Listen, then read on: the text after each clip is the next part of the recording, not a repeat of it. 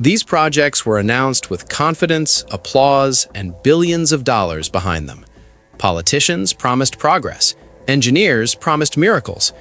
Instead, they collapsed, leaving abandoned structures, financial disasters, and shocking consequences no one predicted. Join us, and let's discover the biggest megaprojects that went horribly wrong. Let's go! Number 12. Wonderland Kalkar. Kalkar, Germany hosts one of the strangest amusement parks on Earth. The Wonderland Kalkar sits inside a nuclear power plant that never generated a single watt of electricity. The facility cost 7 billion Deutschmarks to build over 20 years. It was completed in 1985 and immediately shut down. Germany's political climate had shifted. Anti-nuclear sentiment ran high. The government decided nuclear power wasn't worth the risk. So this brand new, fully functional power plant sat unused. For years, it was just an expensive monument to changing policies. Then in 1995, a Dutch investor bought the facility for 2.5 million euros. That's about $3 million for a $7 billion power plant. Best real estate deal in history. The investor had a vision: turn the cooling tower into an amusement park. Today, visitors can ride a swing carousel inside the cooling tower. The reactor building houses climbing walls and bumper cars. The turbine hall became a restaurant. There's a hotel, indoor ski slope, and concert venue. Families wander through what was designed to split atoms, but instead hosts birthday parties. The cooling tower stands 60 meters tall, with Wonderland painted in huge letters on the side. Inside, the swing ride takes passengers up and around in circles. Kids scream with delight in a space engineered for nuclear reactions. The irony is perfect. The control room still has all its original equipment. Instead of monitoring reactor temperatures, it's a quirky photo opportunity. Visitors can sit at the control panels and pretend to manage a nuclear facility. The power plant was designed to use a thorium-based fuel cycle. At the time, this was cutting-edge technology. Engineers believed it would be safer and more efficient than traditional uranium reactors. They spent decades perfecting the design. Then politics killed the project before it ever ran. The transformation into an amusement park saved the building from demolition. Local officials initially opposed the idea. A nuclear-themed amusement park sounded like a disaster waiting for bad publicity. But the park proved popular. It brings tourists and jobs to the area. Nobody worries about radiation because the reactor never operated. There's no nuclear waste to manage. It's just an unusual building with an unusual past hosting roller coasters and restaurants. Wonderland Kalkar attracts about 600,000 visitors per year. That's decent numbers for a regional amusement park. The cooling tower's interior creates a unique atmosphere. Even on hot summer days, the space stays cool. The concrete walls are thick enough to withstand a nuclear meltdown, so they definitely handle weather just fine. Number 11. Goldin Finance 117 Tower. China currently holds a record it would prefer to forget. The country is home to the world's tallest ghost building. The Goldin Finance 117 is a massive steel tower standing almost 600 meters tall across 128 floors. All 117 usable floors remained completely empty. No hotels, no apartments, no occupied commercial spaces. The project entered construction limbo. Take yourself back to 2008. Various Chinese districts competed to host Pan Su-tong's billion-dollar plan, a luxury development on the outskirts of Tianjin aimed at the super-rich elite. The Goldin Finance 117 would be the crown jewel. The Sea King district won the competition, and construction started that same year. The plan was bold. Among the tallest buildings on the planet, the tower would feature a diamond-shaped observation deck at the top with 3 floors. From nearly 600 meters up, you could dine, swim, and even play polo, assuming you had enough cash. But the project collided with the global financial crisis. Construction stopped and resumed only in 2011. When things seemed ready to accelerate, China's stock market collapsed in 2015. As if that wasn't enough, the Chinese government decreed in 2018 that no new building could exceed 500 meters. By then, the Goldin 117 already stood at almost 600 meters, making it the 5th tallest building in the world. Legally, it couldn't grow another centimeter. In 2024, the building remains unfinished and completely empty. It holds the world record for largest unoccupied structure, which is basically a polite way of saying it's the biggest waste of vertical space in history. Firms like P&T Group and Arup designed the structure using megacolumns, megatrusses, and a concrete core. This allowed for its extremely slender geometry, with a height-to-width ratio of about 9.5 to 1. That's way beyond the usual limits imposed by seismic codes. In April 2025, officials announced construction might restart, with completion planned for 2027, though the new financial plan remained unclear. I'm going to ask you a simple question. Are you a naturally curious person? If you're watching, I'm pretty sure the answer is yes. This space is made for people like us. To ensure you're always part of this community and receive all our latest discoveries, you just need to do one thing: subscribe to the channel. It's the best way to stay connected with us. Okay, now that you're part of our Legion of the Curious, let's move on to the next item. Number 10. Vajont Dam. There's a reason Italians call Mount Toc the mountain that walks. At almost 2,000 meters high, this mountain on the border between Veneto and Friuli Venezia Giulia is highly prone to landslides, something that should have worried engineers when they decided to build a dam at its base in the late 1950s. The Vajont Dam was designed to be one of the tallest in the world at 260 meters high. Its reservoir on the Vajont River could hold the equivalent of more than 170 million cubic meters of water, a gigantic volume. Construction began in summer 1957 and was completed in 1960, but from the beginning there was fear it would collapse. A local newspaper even published an article warning that Mount Toc had already been the site of a massive ancient landslide and that the area was unstable. The company responsible for the dam was furious and sued the newspaper for spreading misinformation. No talk of landslides would be tolerated there. In summer 1963, the reservoir reached its highest point at over 880 meters deep. In October that year, a local mayor asked his population to evacuate the town, worried about a possible disaster. Few listened. On the night of October 9th, around 10:30 p.m., 260 million cubic meters of earth and rocks broke free from Mount Toc and plunged into the reservoir. The mass displaced so much water that a giant wave jumped over the dam toward the towns below. The resulting tsunami devastated everything. An estimated 50 million cubic meters of water swallowed several entire villages. Nearly 2,000 people died. Photos of the disaster resembled World War II bombings, but this time it wasn't caused by a crazy dictator, but by engineers and politicians who insisted on building a gigantic dam at the foot of an unstable mountain. Curiously, the dam structure wasn't destroyed. It withstood the impact and still stands today. Since the Italian government owned the dam, the disaster was officially classified as an act of God, but for many, it was an act of human arrogance and greed. The Vajont landslide and the wave that followed entered history as one of the worst natural disasters ever recorded in Italy. In the Vajont Dam tragedy, estimates indicate the landslide generated a wave that reached up to 200 meters above the dam edge before advancing over the villages below. Number 9.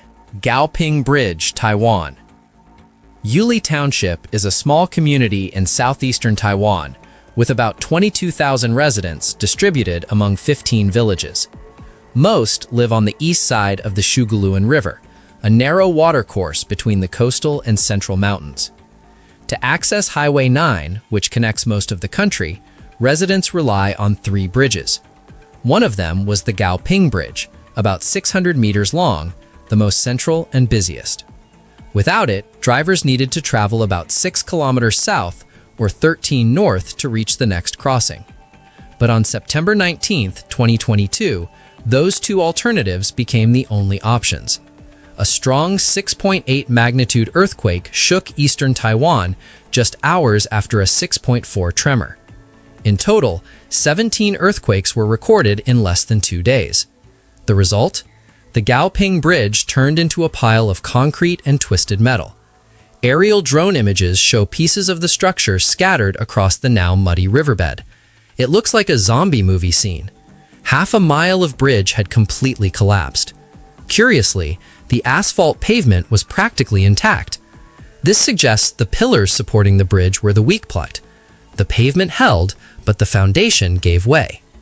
The disaster left hundreds of people isolated in the mountains.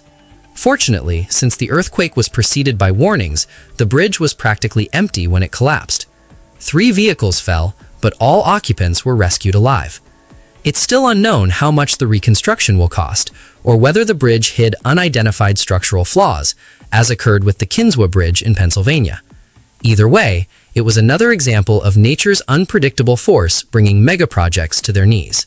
Number 8. Malpasset Dam. Fréjus is a small commune on the banks of the Reyran River in southeastern France. Today, it has about 57,000 residents. Few still remember the horrors of World War II, but many remember another tragedy that happened 14 years later.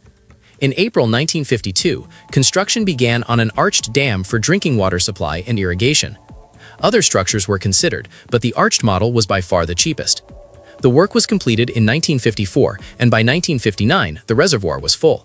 The objective was simple: regulate the river flow and store 50 million cubic meters of water for urban and agricultural supply. At over 60 meters tall and 220 meters wide, the Malpasset Dam was the thinnest in the world. The concrete wall measured 7 meters thick at the base and only 1.5 meters at the top. That should have been a warning sign. During the 1946 terrain survey, engineers ignored the presence of a tectonic fault below the dam. It prevented groundwater from draining naturally, causing pressure to build up like a shaken soda can. Meanwhile, cracks began appearing on the right side of the structure between 1954 and 1959. They started as small leaks and soon became full-blown water flows that operators completely ignored. In late November that year, torrential rains hit the region. To prevent disaster, dam keeper Andre Farrow requested authorization to release some water. His request was denied. Workers were building a new bridge on the Rayran River, and releasing water would ruin the freshly poured concrete. Defeated, Andre went home. During dinner, he heard a deep roar coming from the dam's direction, followed by metallic cracks. The structure had burst like a champagne cork. Andre grabbed his family and ran to the nearest hill. They survived, but over 400 people weren't so lucky. A wall of water 40 meters high, advancing at 70 kilometers per hour, destroyed more than 150 buildings in the villages below the dam. Some victims were going to sleep when the wave ripped their houses from the ground. The scene looked like a Nazi bombing, except this time it wasn't caused by war, but by greedy men who chose the cheapest possible project. For the record, the concrete bridge pillars, the reason they didn't open the floodgates, were also swept away by the flood. Number 7. Millennium Tower, San Francisco. San Francisco has plenty of expensive real estate, but the Millennium Tower takes the prize for most problematic. This luxury skyscraper cost $350 million to build. It opened in 2009 as the tallest residential building in the city. Celebrities and tech executives paid millions for penthouses with bay views. Then the building started sinking. Not metaphorically, the whole structure was literally sinking into the ground and tilting to one side. By 2016, the tower had sunk 16 inches and tilted 2 inches at the base.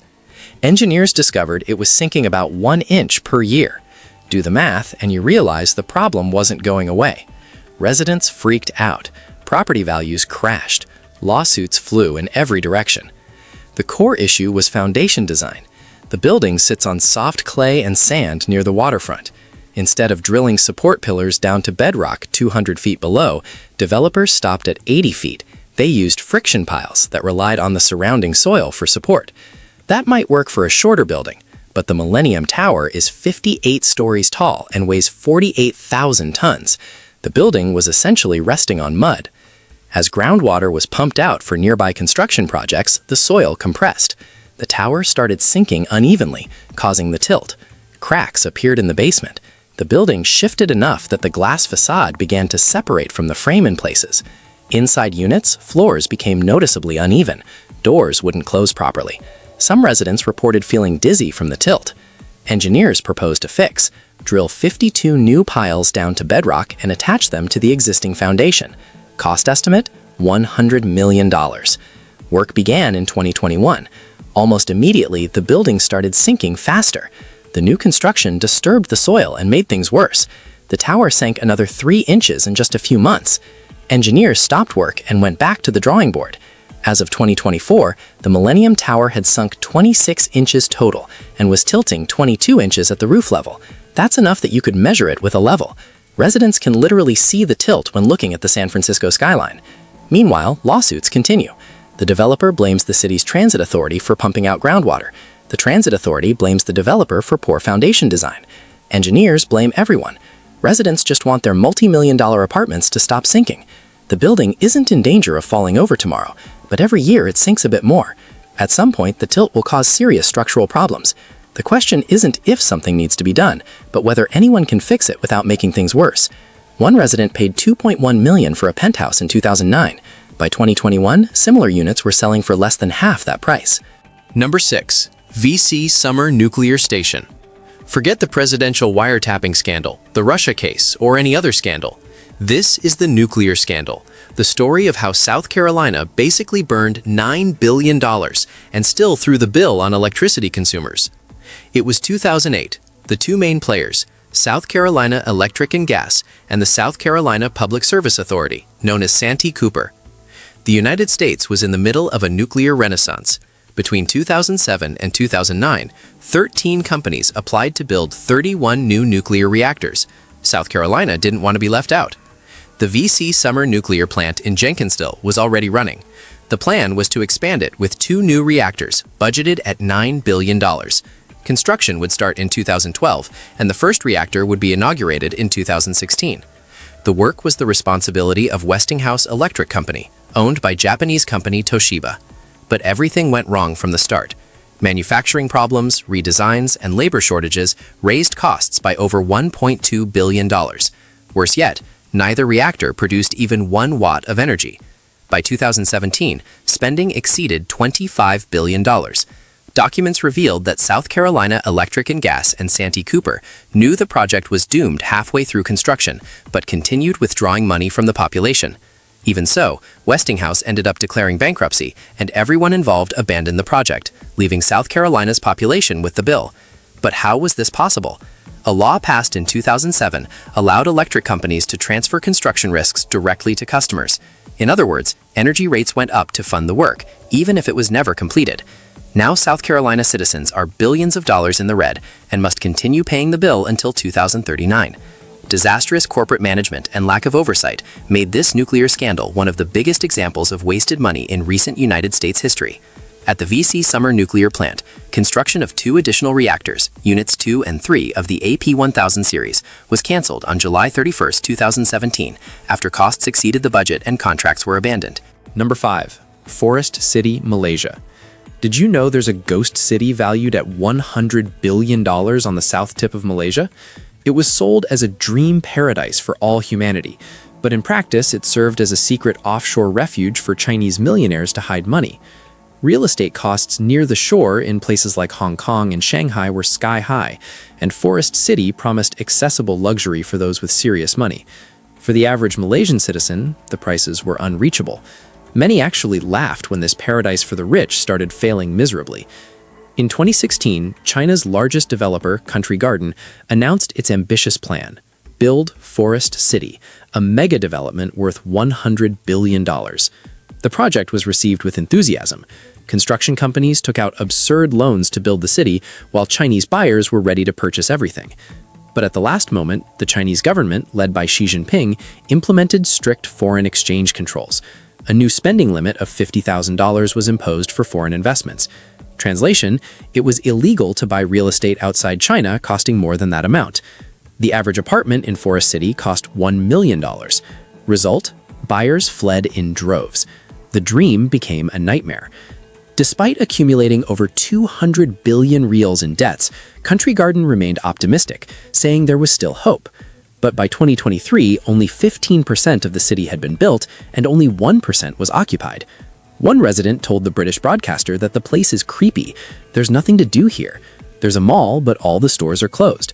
A small children's train plays a Chinese version of Head, Shoulders, Knees, and Toes on an infinite loop. The beach is full of empty drink bottles. At night, the city goes completely dark, with just a few lit windows here and there. Some people live alone on an entire floor. Others are the only residents of their buildings. Perhaps the most ironic part is the huge miniature model of what the city should be. It sits in an exhibition room next to the Ghost Mall, watched over by 2 bored employees. Above them, an illuminated sign reads, Forest City, where happiness never ends. Too bad, in practice, it never even started. The Forest City project occupies 4 artificial islands, with about 30 square kilometers of area. It was announced in 2016 with expectations to house around 700,000 people. Number 4. Boston's Big Dig. Boston's Big Dig is legendary among infrastructure disasters. The project aimed to replace an elevated highway with an underground tunnel system. Original budget, $2.6 billion. Final cost, $24.3 billion. That's nearly 10 times over budget. Construction lasted from 1991 to 2007. During those 16 years, the project disrupted Boston's downtown, caused massive traffic jams, and killed several people in construction accidents. The tunnel system itself works fine now, but getting there was a nightmare of engineering challenges, cost overruns, and corruption. The biggest problem was water. Boston sits on filled wetlands. Groundwater is everywhere. Digging tunnels below sea level meant constantly fighting water infiltration. Pumps ran 24/7 to keep excavation sites dry. Despite that, flooding was common. Workers dealt with mud and water constantly. The design called for a tunnel to run directly under existing highways while keeping traffic flowing. That's like performing surgery on yourself while running a marathon. Construction crews had to support the old highway while digging underneath it. Any mistake would cause the road above to collapse. It nearly happened several times. Then there was the Big Dig's signature feature, a tunnel running under Boston Harbor. This segment required building underwater in soft sediment. Engineers used a technique called immersed tube construction.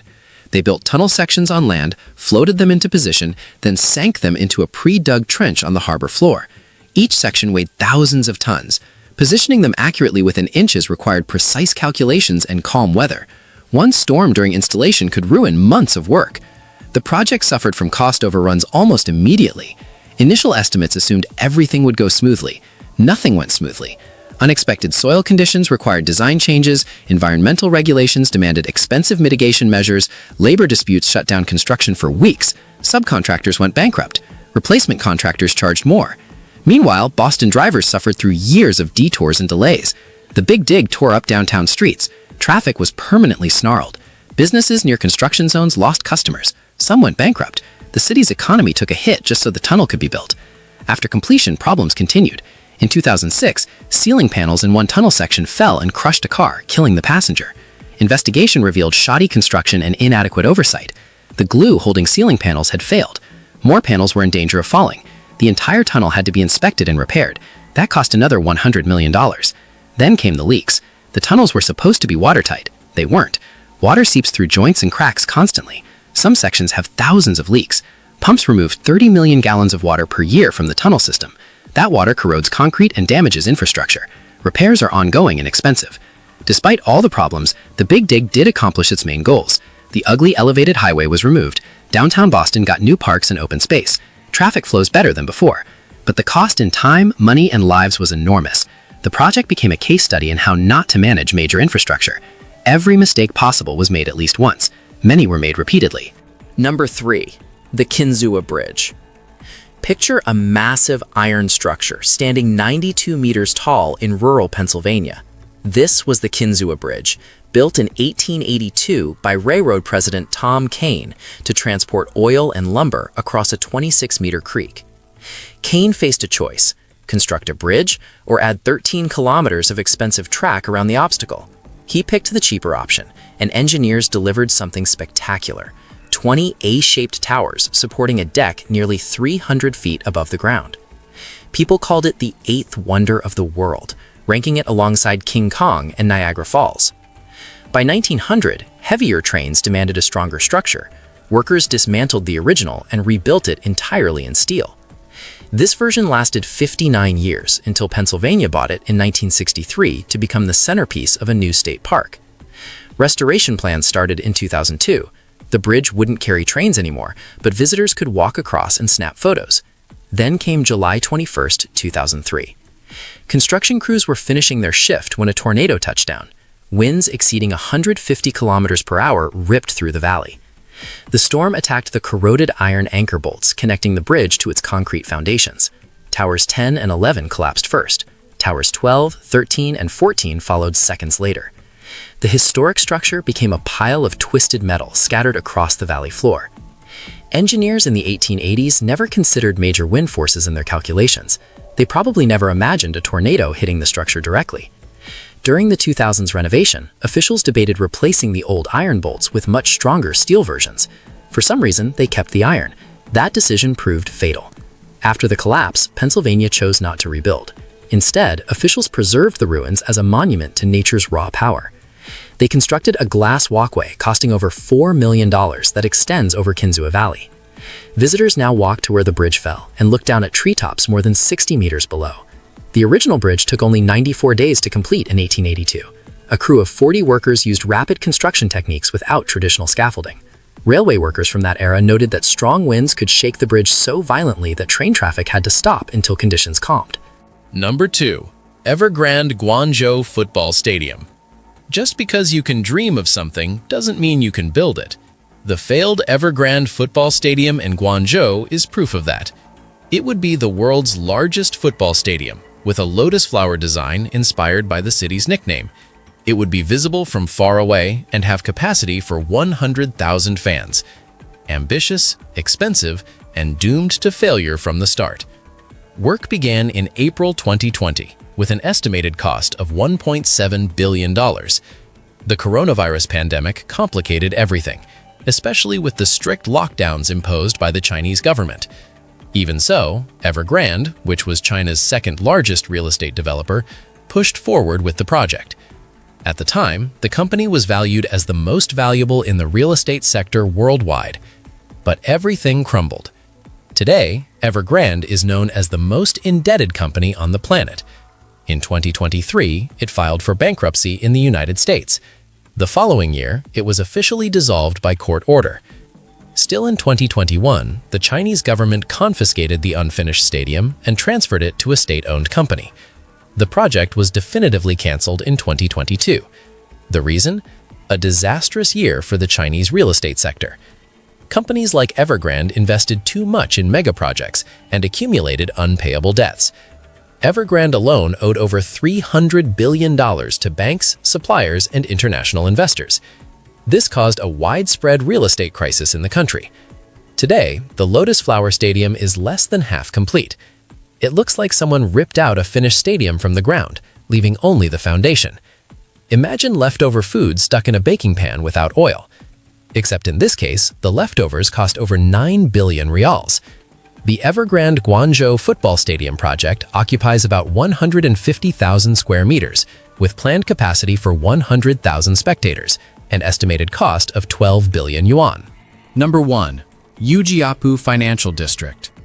Welcome to the Yujiapu Financial District, what was supposed to be the future center of global commerce on Earth. Located on the outskirts of Tianjin, China, it promised stunning skyscrapers, modern architecture, and a constant flow of money.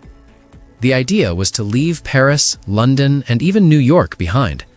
It would be a paradise of art, business, and beauty.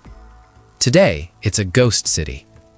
In 2008, the Chinese government launched a $50 billion project to build its own version of Manhattan. Yujiapu would have its own Rockefeller Center, and even replicas of the Twin Towers. It was potentially the world's largest financial center.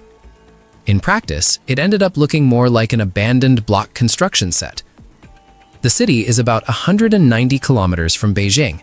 It was scheduled to be fully functional by 2019.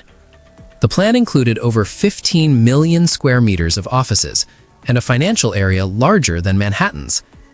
But to this day, only 20% of those spaces are occupied. The streets are empty, with plastic bags blowing in the wind. Construction cranes have been abandoned since 2015. Unfinished buildings look like giant skeletons. A colossal shopping center houses only a few stores. In one window display, there's a pet store without any animals. Like many other Chinese megaprojects, Yujiapu bet everything on the "build it and they will come" idea. Only nobody came. And when the crowd didn't show up, they simply stopped building. Today, the world's largest financial center that was never completed serves only as an example of how not all Chinese urban dreams become reality. The Yujiapu Financial District, designed to be China's Manhattan, was planned with an investment of about 200 billion yuan and an area of 3.86 square kilometers. But it ended up with many empty buildings and is classified as a ghost city by urban analysts. Still curious? Then don't stop now. The next mystery is already waiting for you. Just click the video on screen. I saved it just for you. See you there, curious one.